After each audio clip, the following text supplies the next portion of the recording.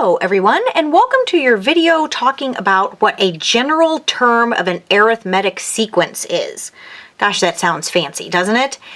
Well, they made it sound fancy, but it's not really. So let's take a look at a couple of sequences and see what you can see.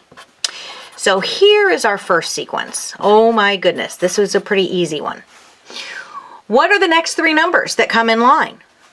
Well, hopefully you realized it was 6, and then 7, and then 8. Because all we're doing here is what? We're counting by 1, right? Okay, let's try this sequence. 1, 3, 5, 7, 9. What are the next three numbers in this sequence? Well, that would be 11, 13, and 15. Because here we're going up 2 each time, right? And so once you kind of catch on to that, then you're pretty good. Okay, wait, let's try this one. How about 1, 11, 21, and 31? What are the next three numbers in that sequence? 41, 51, and 61. Why? Well, because we're adding 10 each time, right? So these are all called arithmetic sequences. And one of the rules about an arithmetic sequence is that you always get the next term by adding something to the previous term. Or you always get the next term by adding something to the current term. How does that sound? So if we're currently at 5, you add something to it to get 6, and then you add something to it to get 7. And also, another rule about arithmetic sequences is that you're always adding the same number.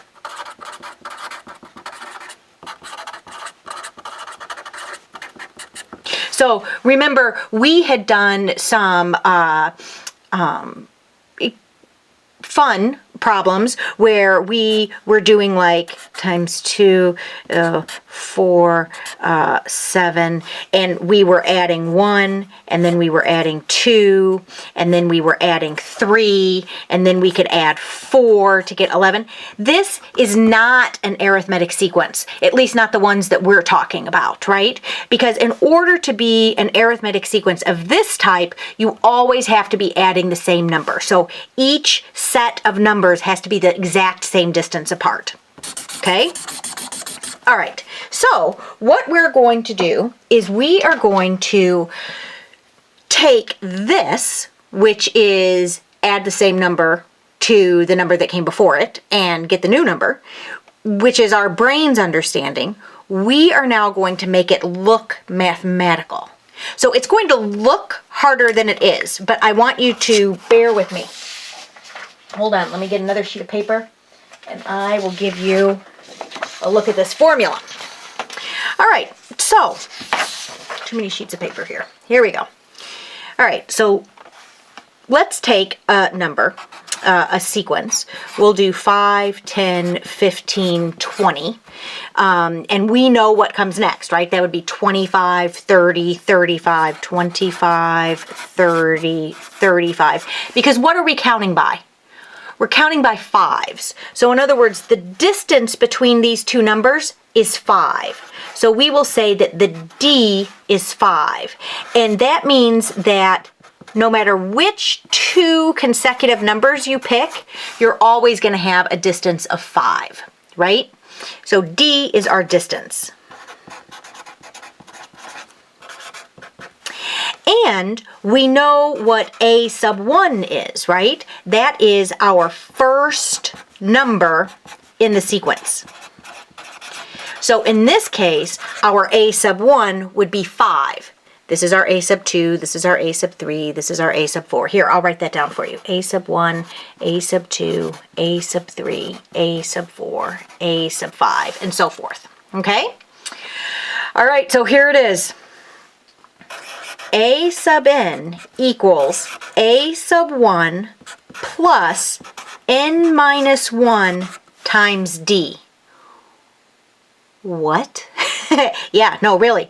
They're saying that any number any number in your sequence, if it's an arithmetic sequence, is going to equal the first number plus however many numbers come next, so n minus 1. So like if we were looking for a sub 5, it would be a sub 1, which is 5, plus n minus 1, so that's 5 minus 1, which is 4, times d, which is 5. So in other words, that would be 5 plus 20, which, hey, equals 25, right? That's exactly what we were looking for. So you're taking your first term, and then you're adding the distance to all the terms that come next until you reach the term that you want. Let's do another one. Let's do this one. Let's do 67, 70, 73, 77. Okay, first of all, what is our D? In other words, what is the distance between our numbers? 3, right? Each time I'm going up 3. Okay? And what is my A sub 1? Well, my A sub 1 is 67. Okay? So if I wanted to figure out the next number in this sequence, if this is A sub 1, this is A sub 2, this is A sub 3, this is A sub 4, if we wanted to figure out A sub 5, we would use our formula that says we would take A sub 1 plus the quantity of n minus 1 times d. So that would be 67 plus 4 times 3. So 67 plus 12, which is 80, which is exactly what we want here, because if we added 3 more, we'd get 80.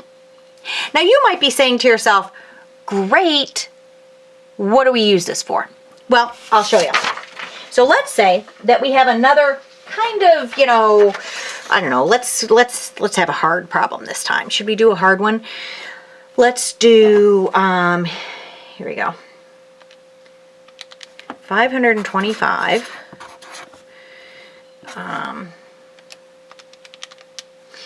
and oops, I did a multiply, hold on a minute.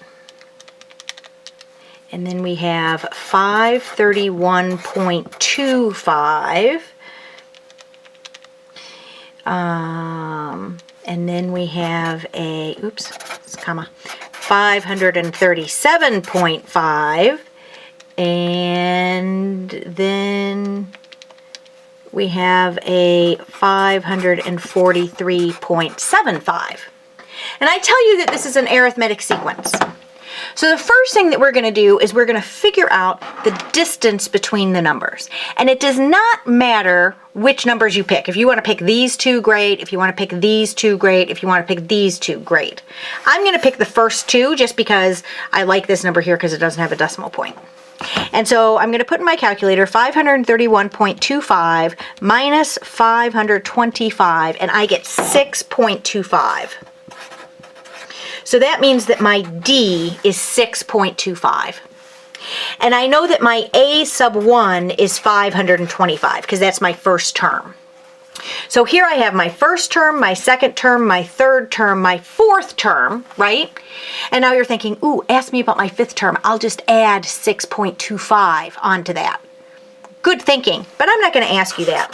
I want you to figure out the 103rd term. What? Yeah, so this is when you should pause the video and you should sit there for another hour and no, I'm just kidding. You don't have to do that. We are going to use the general term of an arithmetic sequence, which says we take A sub 1 plus the quantity n minus 1 times d. And we're going to figure out what that 103rd term is. So that's going to be 525 plus 103 minus 1, which is 102, times 6.25. I'm pulling out my handy-dandy calculator.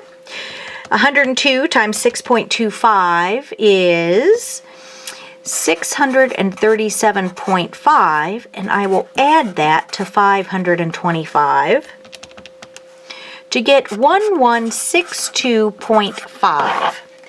this is the 103rd term of this sequence. That is what you use the general term of an arithmetic sequence for. It just means the basic formula for an arithmetic sequence. And you should write this down somewhere so that you can easily find it, because you will use it a lot. And you should write it someplace where there's a little bit of space to write another couple of formulas underneath it, because you have another couple of formulas headed your way. All right, general term of an arithmetic sequence. We are done.